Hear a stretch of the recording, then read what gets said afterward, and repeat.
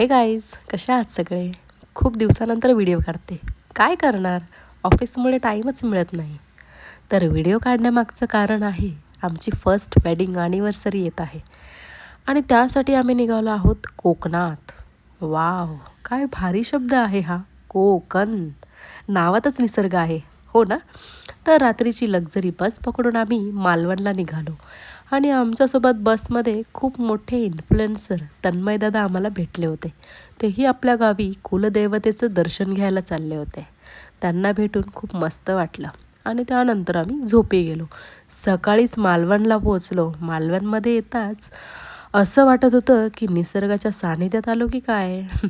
मालवणमध्ये देवबाग बीचच्या समोर एक रिसॉर्ट आहे, दी ॲटलांटिस देवबाग म्हणून. तिथे चेक इन केला तुम्ही रूमचे ॲम्बियन्स बघू शकता.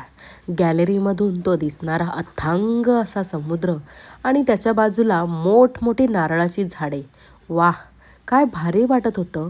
मला तर रूममधून बाहेर निघायची इच्छाच नव्हती, पण मला बीचवर मज्जा करायची होती आणि सनसेटही पाहायचा होता.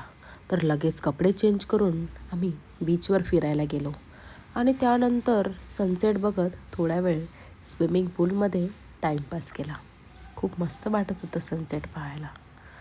मध्येच खूप भूक लागली होती, तर मस्त प्रॉन्स फ्राय आणि त्यासोबत फिश थाळी आणि कोकणातली फेमस सोलकढी, त्यावर ताव मारून गावामध्ये दशावतार पाहण्यासाठी गेलो. दशावतार रात्री 12 वाजता ते पहाटे 5 वाजेपर्यंत असतो.